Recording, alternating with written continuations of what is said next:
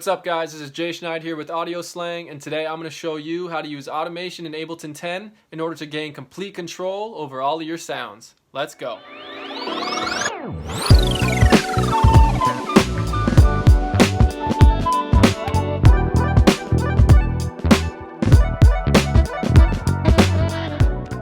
Alright, so some of you may already know what automation is, but for those of you who don't, I just want to quickly let you know what automation is. You may have heard the term and really not known what it means. So automation is the process of recording or adjusting certain parameters across the timeline of your mix.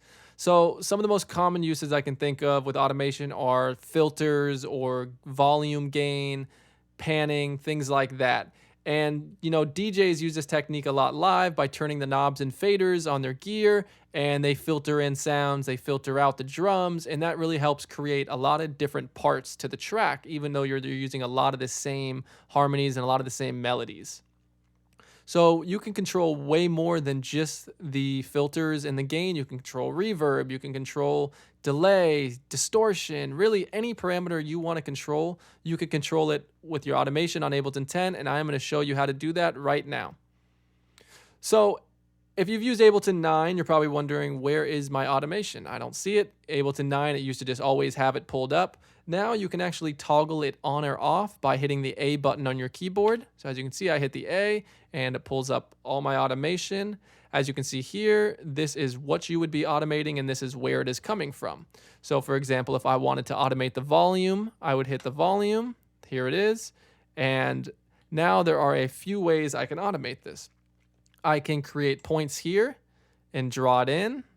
So if I am automating this sound and I want to bring the volume in, let's listen to this by itself.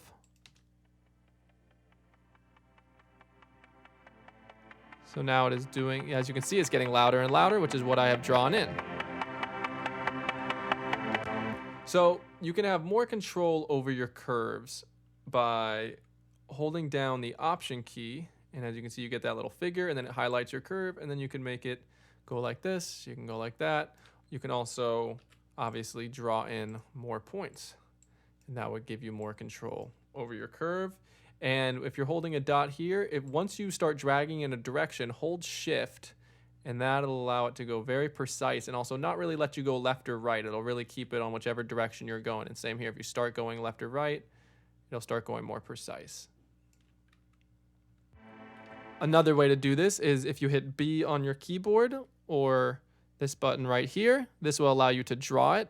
So now I have the grid off, as you can see, which is Command 4, and this allows you to draw pretty freely any way you want. But if you wanted it to be a little more strict, turn the grid back on, and now as you can see, it doesn't allow me to just draw, it goes by the grid. So if you wanted to draw in a straight line here, you can do it with the grid off.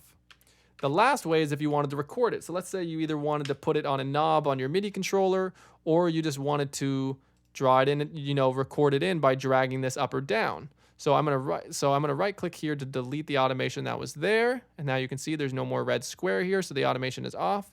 So now I can hit this button here to make sure we are armed, hit record. And as I drag it down, you can see it is doing it live as I drag.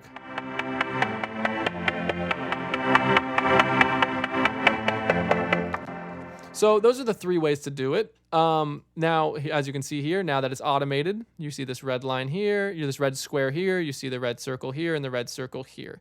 Once again, if you want to delete it, you can right click and hit delete. You can say show automation in new lane. So now it is on the whole track, as you can see, but if I hit this plus button, that'll show it in its own lane. So now I'm only controlling the automation here when I delete. I'm not deleting the MIDI, which is nice. So that is, a simple volume automation there. There are so many uses of that. If, when you're mixing, if your vocals in some part need to be louder and some quieter, you can use nice volume automation. Another common way is with a filter. So let's just listen to all these synths together here without anything on them.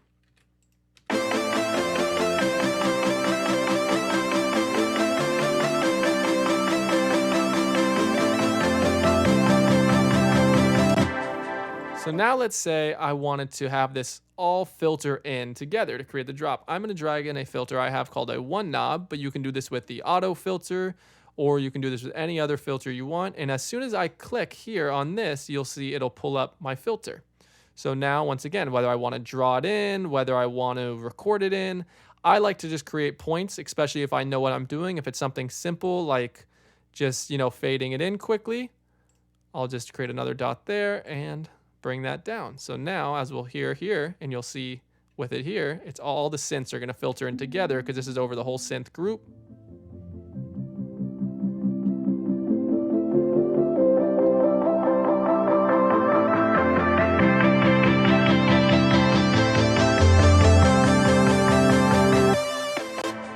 There you can see. So now if I wanted to add another thing of automation, let's say not only did I want to automate the filter, let's say I also wanted to automate the volume. There, you can hit the volume here, or Ableton has a very nice tool called the utility tool, which you can find down here in your audio effects. Don't know why it didn't pull up. And if I pull that up, this is actually a better way to control volume and panning rather than messing with the whole track itself. If you use the utility tool, it does the same thing, right? I can turn it down or up, but you're not messing with the master of the track here. So if this is another way. As soon as I click gain here, see, we get utility gain. Now I can mess with this here, and I can put this in its own lane. So now you can see I have the filter coming in and the gain going down here. Once again, you can draw it in. You can really do whatever you want with that. So I'm going to delete that there. So those are some common ways to use automation. Another thing that's important here is this lock button. So if it is unlocked, as it is now, as you can see, we have the filter here. If we start dragging, let's use a different track actually. So here I have an auto filter with the frequency going down. As you can see, it's starting up. And we are slowly going into a low pass. Let's say I wanted to move this over to a different part of the arrangement, and I wanted to make sure the automation came with it. When it is unlocked, the automation will come with it. Now, if I keep it locked, the automation will stay and the track will move. So that is very important. When you're arranging your track, you'll probably want it, depending on what you're doing, you may want it unlocked, you may want it locked, you may want the automation here if you wanted to try and bring in a different melody there without deleting what you already had. So that is a lot on the basics of automation, but let's quickly kind of look at some more interesting things you can do with automation here. So let's look at this track here. So here's a synth I have, and as you can see, I have a lot of different automation things going on here. One thing that I have going on is you can see I have the mixer track volume being automated just at the end. Another thing I'm doing is I'm actually automating the dry to wet reverb. So that is an interesting thing, as that'll just make the sound get more and more sustained and more and more sustained, and you're just creating all this reverb around it. I'm also automating in Omnisphere, which is one of my VST plugins, has a lot of great sounds. I'm actually automating here the sustain and the release of the sound. So as you can see, here I have Omnisphere, the envelope sustain and the envelope release, and they are both starting way low and getting high, and that is going to make it sound like the sound has a very short tail, and now the tail is going to get longer and longer, and as you can see, it's all happening right here with the track.